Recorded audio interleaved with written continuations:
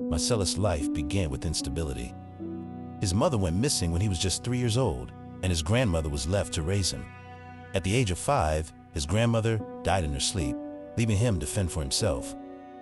He spent a day in the house, convinced she was just sleeping, before being discovered by his uncle, Bruce. Bruce took him in but raised him with cruelty and control. Bruce enforced a harsh, demanding environment where Marcellus was made to work tirelessly and study relentlessly. His uncle treated him not as family, but as a subject to be molded and tested. Marcellus endured physical punishment for failure, both in household chores and academic tests.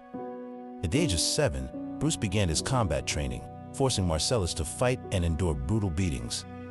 Through sheer will and survival instinct, Marcellus learned to adapt, becoming a fierce, aggressive fighter. At age 16, Marcellus discovered that he had begun to develop powers. The traumatic event that triggered this change was a mysterious accident involving an unnatural lightning strike, giving him the ability to control black smoke. These powers were uncontrollable at first, leading to violent outbursts and terrifying hallucinations. Marcellus tried to hide his growing instability by isolating himself.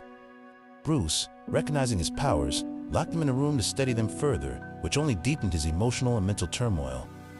He began hearing his mother's voice, visions of Bruce haunting him, and strange, dark voices urging him to give in to his rage. In his adult years, Marcellus continued to train, honing both his physical and powers, learning to control the smoke and develop more devastating abilities. He left Bruce behind, deciding to live in isolation to avoid drawing attention. However, the hallucinations and voices became stronger, and he struggled to maintain control. His powers made him a dangerous figure, and his violent tendencies began to resurface, driving him into the underworld.